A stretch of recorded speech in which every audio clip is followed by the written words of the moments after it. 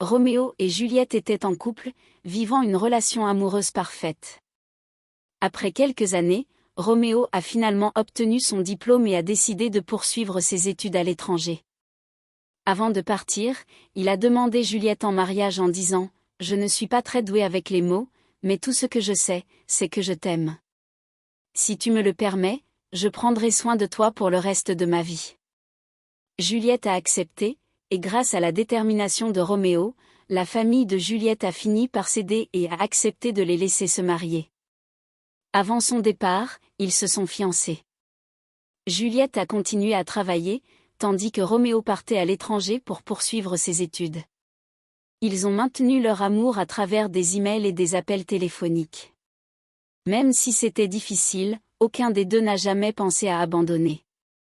Un jour, alors que Juliette se rendait au travail, elle a été renversée par une voiture qui avait perdu le contrôle. Quand elle s'est réveillée, elle a vu ses parents à côté de son lit. Elle a réalisé qu'elle était gravement blessée. En voyant sa mère pleurer, elle a voulu la réconforter, mais elle s'est rendue compte que tout ce qui pouvait sortir de sa bouche n'était qu'un soupir. Elle avait perdu sa voix. Le médecin a expliqué que l'impact sur son cerveau lui avait fait perdre la capacité de parler. De retour à la maison, tout semblait être pareil, sauf la sonnerie du téléphone qui lui transperçait le cœur à chaque fois qu'il retentissait.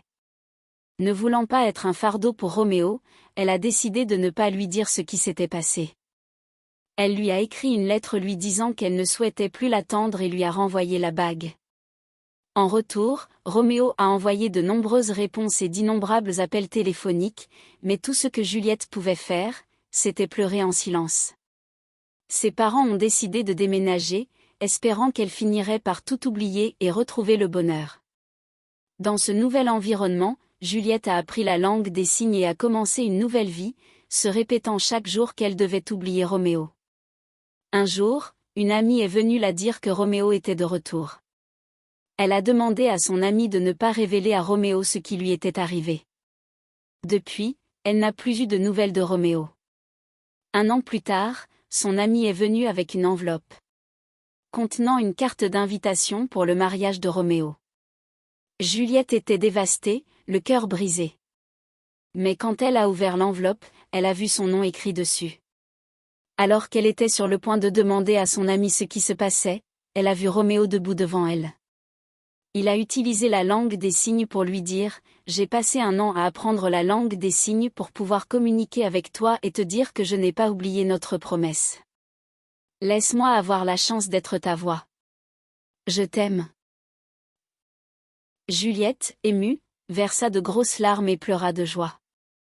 Ils se sont mariés peu après, dans une cérémonie intime et émouvante. Quelques années plus tard, le couple avait 2 enfants, un garçon et une fille, qui grandissaient dans un foyer rempli d'amour et de rire.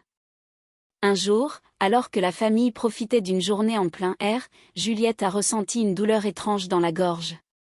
Elle a essayé de tousser, mais à la place, un son faible est sorti de sa bouche. Stupéfaite, elle a essayé de parler à nouveau, et cette fois, un mot clair est sorti, Roméo. Les enfants, Roméo et tous ceux qui les entouraient ont été bouleversés.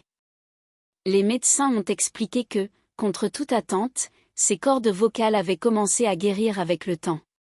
Bien que sa voix soit faible et rauque, elle pouvait à nouveau parler. Parfois quand vous pensez que tout espoir est perdu, c'est là que votre aide apparaîtra. Puissiez-vous trouver une personne qui restera à vos côtés, peu importe la situation, et surtout n'abandonnez jamais dans la vie.